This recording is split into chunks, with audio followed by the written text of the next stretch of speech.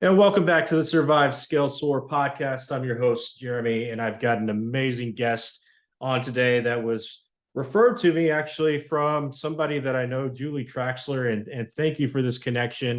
It's going to be a great episode. I get a lot of questions about podcasting and how effective they are, what you should be doing, what are the trends, and why not have an expert on the show. And so today I have Jared Pace. He's a student at Arizona State University, and he's currently working on a thesis that is centered around entrepreneurs and podcasts. Welcome to the show, Jared. Thank you, Jeremy. Thank you for having me. I'm excited to be here.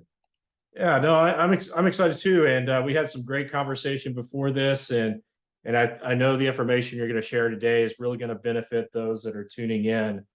Jared, tell me a little bit about the thesis. What are you working on? Yeah, so I go to ASU. I'm in their honors college, and they make their undergraduates do thesis projects. And ASU prides themselves on being leaders in innovation. So my thesis focused around the business of promoting podcasts. So we're trying to solve that problem because podcasts by nature are very, very hard to promote. It's audio, it's an hour long, it's hard to scroll. You can't really scroll through podcasts very well as you can do on YouTube videos or TikToks or whatever it is. So we're trying to build a business plan or the best way to solve the problem of podcast promotion. That's awesome. Yeah, everybody has a podcast now, right? And so it's like, how do you make yours stand out amongst the noise? What are some of the things that you're finding? How do you have that breakthrough to where more people start tuning in to the podcasts that you create? Of course. When you're first starting out, the beautiful thing about podcasts is really about relationships. Like if someone listens to your podcast, it's usually a half an hour to an hour plus long. Someone's going to have a relationship with you or have a connection with you after that an hour. Of course, the difficult part is to have someone to listen to you for that hour. And I would say at the beginning, it's really a manual process. You talk to people, you create relationships with people to get you first 10, first 20, first 30. And then once you get into the hundreds, then there's more organic growth, more online growth that speeds up that process. And if you would like, I can go more into the organic online growth. Yeah, share with me some of that information, because I know, and I'd like for you also to kind of talk about how most podcasts might not make it through the first 7-8 episodes. True. They call that podfading, where usually by 7 episodes, a huge chunk of podcasters die. And then at 20 episodes, a whole new chunk of podcasters die. I think by that point, 90% of them pod fade. But if you get past those 20 episodes and be really consistent, the last 5 or 10% podcasts will make it out. And it really, you have to go into it thinking that it's not going to be a quick process. It's extremely hard to go viral based off of 10, 20 podcasts.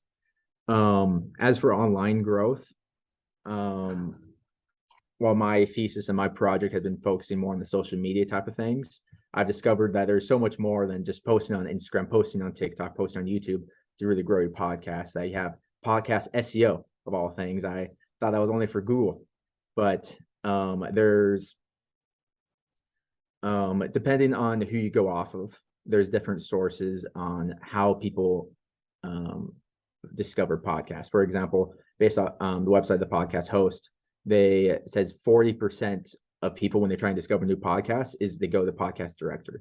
So you go to Spotify and you look in, let's say you want to learn about school. So you type in school or you type in academics or whatnot.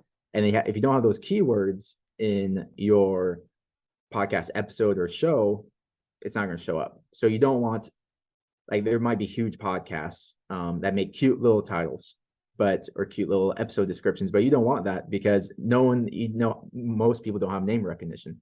So you want to be able to go based off of value and what you're offering in that episode rather than name recognition. So it kind of sounds like, if you go back, and I'm still a big blogger, is making sure that you have keywords in the title of your blog for the audience you want to reach, and kind of putting on that hat of if I were getting on Google today and searching for what you had to offer, those keywords better be there. Definitely bloggers, past bloggers and current bloggers have generally understand that concept a lot better and can have success in podcasting easier than most people. They understand the importance of a title and description. So obviously you're digging in deep with this thesis paper. What are some stats that have come up, or what are some of the conversations that have come up in your research? SEO, as I discussed, and the importance of that. In terms of social media, I've discovered usually the conversion rate is pretty low, because let's imagine you're scrolling on Instagram and you see a clip of someone talking about business or talking about life. It's pretty difficult to convert from a mindless scroll to an information binge for an hour, because you want to look at visuals, you want to just be mindless. And it's like, I'm not going to go listen to a podcast about how to build my business right now because I just want to veg. So usually there's low conversion, but it's high exposure and it's high awareness. And it's currently I'm working at a billboard company as my full-time job. And in the billboard industry, run into the issue of, okay, cool, they see this giant picture, but they're not doing anything immediately. So it's hard to track. And I kind of compare that to podcasts and social media. You're scrolling, you're aware of it, but it doesn't mean in that moment you're going to convert. And same thing with billboards. People pay thousands and thousands of dollars for that exposure, but it doesn't mean in that moment someone's going to convert from seeing a sports drink on a billboard, be like, hey, I need to go buy a Gatorade right now. However, it does provide value in that way. Another interesting thing that I've learned is the difficulty of knowing the value of a podcast if you're an advertiser. So for example, the number one metric is downloads. So how many downloads someone has, like, okay, if they have 1,000 downloads, that means I can get 1,000 ears. However, there's recently came out some news about these fake downloads. So these podcasters, they will make deals with game advertisements, and that would be a 20 or 30-second ad and just be their podcast. So these gamers would, while playing their game, would have to listen to 30 seconds of their podcast, and that would count as a download. So it was a massive fluctuation of downloads that were fake or were only 30 seconds that provided no real value. So the most trusted metric of a value of a podcast is playthrough rate, which to my knowledge is only provided by Apple Podcasts. So if you have like a 1% playthrough rate, that means it's not an engaged audience. Tracy Hazard from Politize, she brought to my attention much of this knowledge, but also about cancer survivor, a breast cancer survivor podcast that has 120% playthrough rate, which is incredible. So every time someone listens to it, that you have that podcast, your entire audience is listening to it, and 20% is listening to it twice because they're showing the friends, they need the support, they're engaged, and it doesn't matter how small that audience is, that audience will be impacted by whatever you advertise. Yeah, it's really powerful. That's like an unbelievable metric. But to know that you have that strong of an audience, that's pretty amazing. Mm-hmm. So you're basically saying there are people out there that have podcasts that tout these huge numbers, and the reality is the numbers might not be as big as they make them out to be. True. There are some people gaming the system. Absolutely. Yeah. And so, I get that question a lot being a guest on other podcasts is how many downloads do you have? What's your playthrough rates, all these different things. And knowing that they may be talking to other individuals that they say, yeah, come onto my show, and they might not be really valid. Is that true? Can you repeat that question? As in people? Yeah. So people will, when they make a judgment on having a guest, like I often get asked, like, how many downloads they want guests that are going to be on there that have influence, right? Oh, okay. And so they'll bring somebody onto the show. They may be bringing them on thinking they have the influence that they actually don't. Is that what you're saying by gaming the system? That definitely is a possibility of, you see someone with 50,000 downloads, while in reality, they might just have 10,000 true downloads.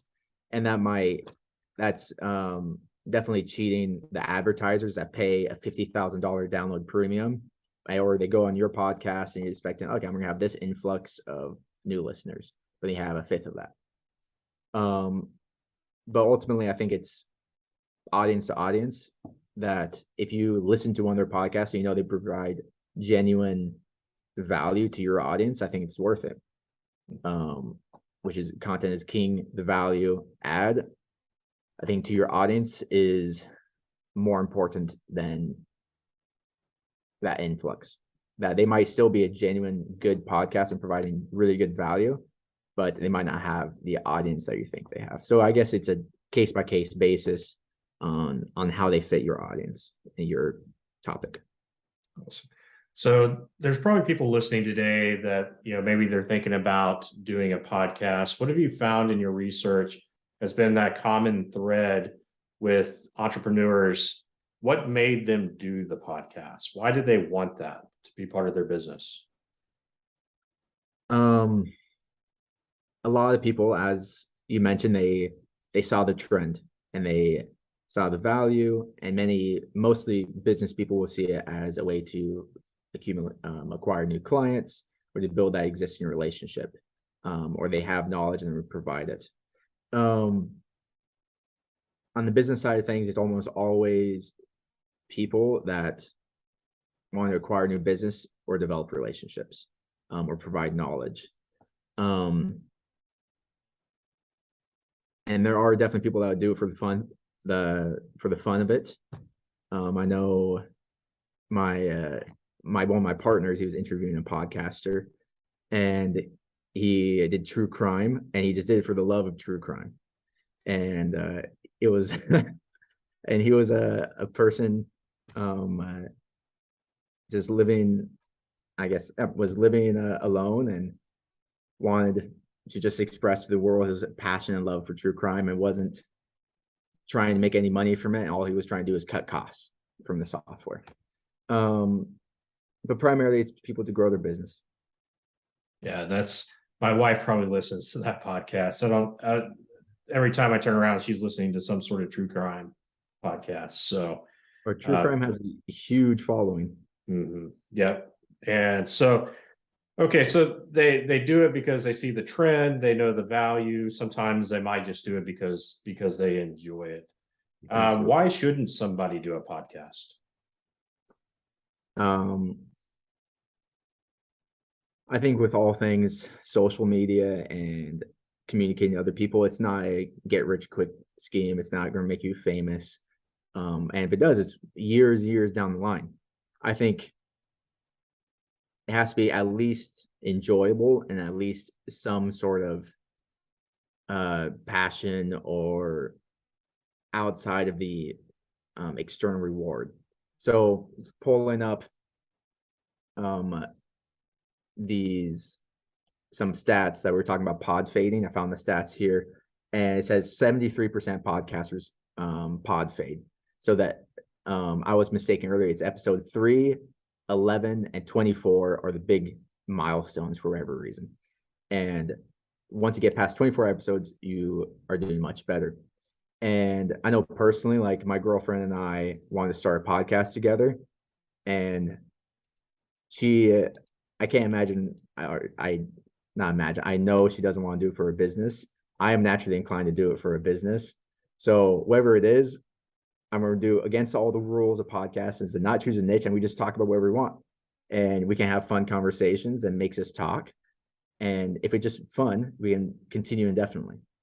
And there's this trio of guys that are doing their podcast, and they're on episode, I think 30 or 40, and they've been consistent for weeks and weeks, and they just make jokes, and they make stupid jokes, and they talk. And then one of them is like, yeah, I looked up our reviews and we have hundreds of people listening. Like, why are people listening to us? Like, we aren't providing any value besides telling dumb jokes. So they're doing it for fun, but they gain traction because of that. Well, I think they're doing it for fun, but I think for the audience, it's an outlet, right? It's something they can plug into, and it's not serious. It's not requiring a lot of brain power. They just get to enjoy Absolutely. it. Awesome. So where do you see podcasts going? Podcast seems to be a trend right now. Video was a big trend. It still is in a way. Where do you see podcasts going in the future with businesses? That's an interesting question. I think podcasts, because of the ease of consumption, will forever have that battle between podcasts and audiobooks and regular books. In my opinion, that people, it's just so simple to listen to podcasts wherever you are, driving or doing chores around the house, which are the two main ways people listen to podcasts. I think there'll be, in terms of the technology side of things, I think there will be easier ways to search podcasts, as someone will crack the code of podcast search engines, and making it a very, very clear and productive way. There'll be greater clarity. I know people who are working on making podcast advertisements more reliable, as in A, more connected to the audience, but also B, advertisers will know what's the value of the podcast and have better statistics, because downloads are going to either have to become more consistent or more reliable, or they have to go away for another metric as for playthrough rates. So I think the clarity and the exposure of podcasts will continue to grow, and people will move past the top 10 list of looking at that, which top 10 lists, if we can dive into this, but aren't always truly the top 10. Sometimes podcast directories were, usually for diversity reasons, will put in a new podcaster in the top 10 to add diversity to their directory. That's interesting.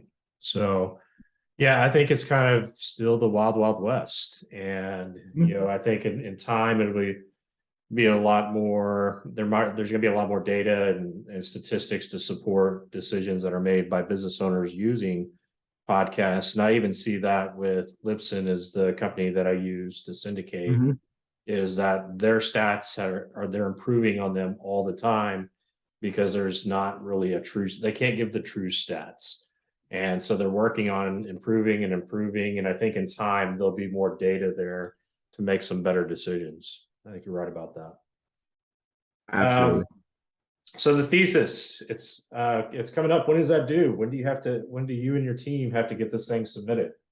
It's due in May. So we've been working on it this entire fall and heading into this winter. And what we've been doing, we've been interviewing dozens of podcasters and people who listen to podcasters to really see how they see them and what are the issues podcasters run into, particularly with promotion. And we've been validating our idea of how to solve that problem, at least a part of that problem. And then this winter, we will start coding the software and headed towards it. So what we're trying to do right now is create, it can be used for other purposes, but in terms of podcasters, it's a easier niche to use this technology. So we try and do something called dynamic reposting. So for example, let's say it works especially well with video. So let's say you did a half an hour podcast and you posted on YouTube with a video. You can take that half an hour video and you can make it into short form video into TikTok or Reels. You can take that audio, make it into blogs, take that blog text and do clip and do little quotes and do onto Twitter or whoever replaces Twitter, if that with all the chaos going on. And then you can even do images and post on Instagram or whatnot. And then you can reuse content and reform it and reshape it. So you have one content source that can turn into dozens of different pieces and fill out your content calendar throughout the year. So it really helps expose a podcast onto social media that really gets more ears and more downloads, more playthroughs. So in terms of podcaster, into really a media company. And that's kind of what we're starting to develop. And we realized that most podcasters hate marketing. They don't like to do it. They want to talk and connect with people and provide value. But after all that time being drained of doing all that hard, I guess, mental work, and physical work that they just want to click submit and it goes everywhere it needs to go. The syndication is complete. Yeah, that makes me think of like Gary Vee. I'm sure you're aware of that guy, and just like he talks about the market deck, the 64 piece marketing deck that you can create from one piece of content. So it sounds like what you're doing is creating a piece of software that takes the podcast and turns it into the multiple pieces and it automates that process for the entrepreneur. Absolutely. That's exactly what we're going for. And there's many different other things we would love to build, but we had to focus on one thing, and that's what our developer was capable of. So yeah, as with any business, the riches are in the niches, and it's always good to focus on one thing and not 20 things. You'll find a lot more success there. Absolutely. So how, if somebody wants to learn more about what you're doing on your thesis, or maybe I know you're interviewing podcasters out there to gain more information for this, what's the best way for them to reach you? You can reach me by email, and we also have a website that is currently being developed. It's in very much the baby stages. My email is jkpace2@asu.edu. If you feel to email me any questions or concerns, or if you want me to talk to you and be part of my research for podcasters, I'd be more than happy to talk to you. And the name of the idea is Mink Social. And minksocial.com is the website. We chose Mink Social because I'm a big marketing guy, and I will always want a cute animal in my marketing. That people just love animals, and I think minks, the name was available, and little minks are cute, so that's part of our logo. Awesome. I think everybody listening is going to remember that. So animals, cute, small, mink, right? Minksocial.com is where you'll be able to connect with Jared. Well, Jared, thank you for taking time today. Some great information that I know the audience is going to listen to today, that are maybe they do have a podcast currently and you helped them have a breakthrough, or maybe they're thinking about building a podcast for their business and you gave them some insight on what they need to be doing now and into the future to be successful with that. So I appreciate you sharing that, Jared. I know there's a lot of value in that. Thank you very much. I hope I helped someone today. Awesome. Until next time, onward and upward.